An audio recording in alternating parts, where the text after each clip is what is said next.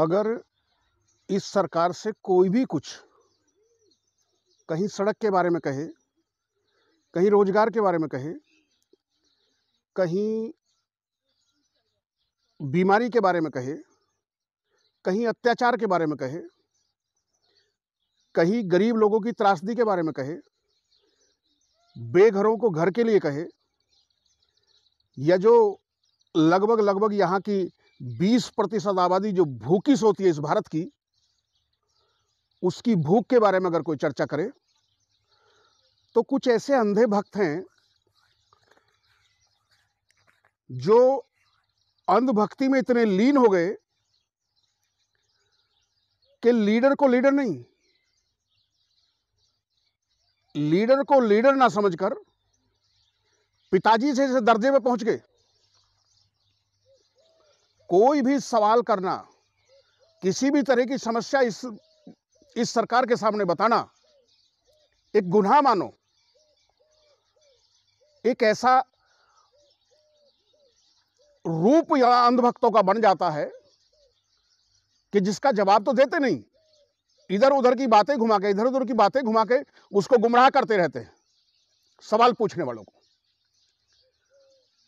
हम पूछना चाहते हैं, जनता का अधिकार है, जो ये अडानी, बिरला, अंबानी, फलाने ढिकड़े, ये जितने भी लोग हैं, इस देश की 17% जीडीपी के हकदार हैं।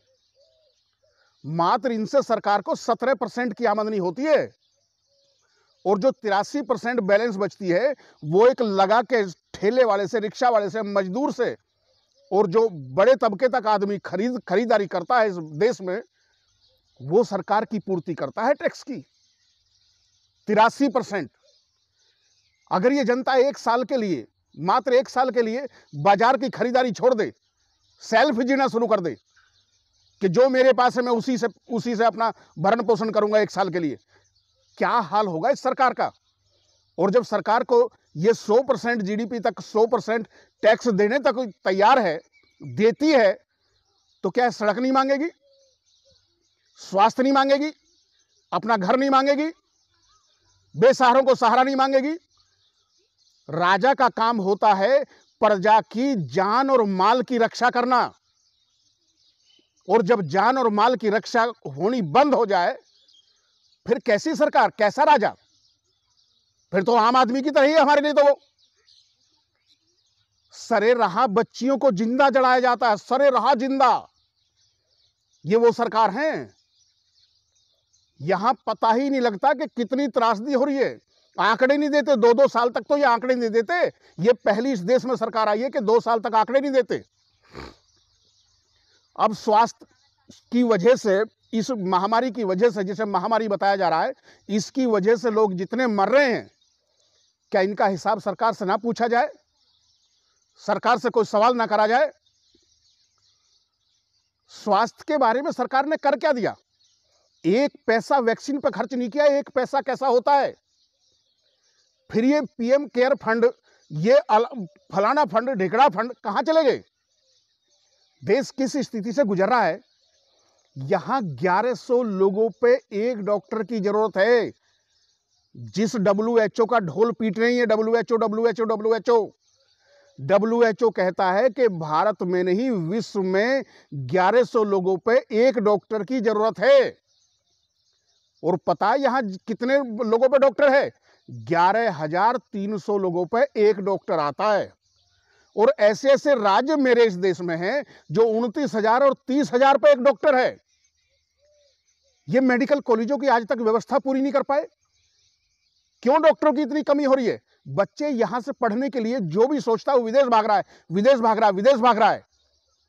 यहां अगर ये थोड़ी सी इन नियमों में हल्की सी ढील ले आए और उस लाइन को थोड़ा सा ऐसा मान लें कि हमें यहां पूरी व्यवस्था, स्वास्थ्य के प्रति हमको सजग रहना है, या स्वास्थ्य की चरमराती व्यवस्था को हमको सुधारना है, तो क्या स्वास्थ्य की व्यवस्था सुधरेगी? नहीं सुधरेगी। कितने कॉलेज हैं सरकार के पास? मात्र मुश्किल से 250-300 मेडिकल कॉलेज। और आज भी भारत में 440-44 के आसपास ऐसे जिले हैं जिनमें मेडिकल कॉलेज ही नहीं है। ये कहां व्यवस्था दे रहे हैं? ये स्वास्थ्य की तरफ ध्यान दे रहे हैं। इतनी हाहाकारी में भी, इतनी हाहाकारी में भी ये एक भी मेडिकल कॉलेज बढ़ाने की तरफ नहीं चल रहे। संसद का काम नहीं रुका, आम आदमी की रोटी का निवाला रुक गया। छोटे छोटे दुकानदारों की जो रोजमर्रा की कमाई थी वो खत्म हो गई। एक आम आदमी त्राही त्राही करके कभी भूख से मर रहा है, कभी एक अपनी जो कमाने का साधन था जिससे 2 रोटी खा लेता था, वो सारे साधन चौपट कर दिए इन्होंने। और इनकी संसद का काम तो बंद नहीं हो रहा ना।